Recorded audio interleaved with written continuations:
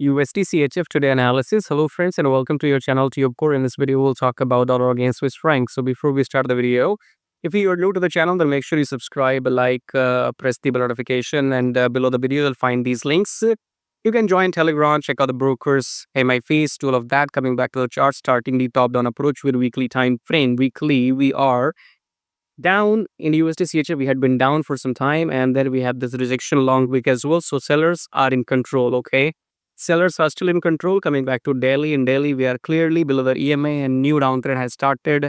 Just have to find the opportunity if you want to trade this pair. For me, I will trade other pairs because of liquidity and movement, because USDCHF doesn't give you those many movements. Okay, these two are strong currencies, USD plus Swiss franc, both are strong currencies, so they don't give you much liquidity.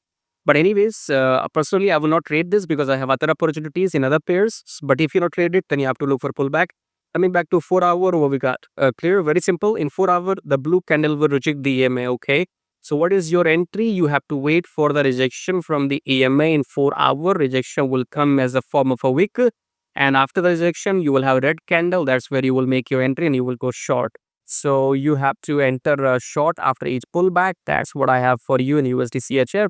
Otherwise, if you want to trade other pairs, you can go and watch videos on my channel for Euro USD, GBP USD, or USDJPY as well. So subscribe, like, share, and I'll see you in my next video. Till then, take care.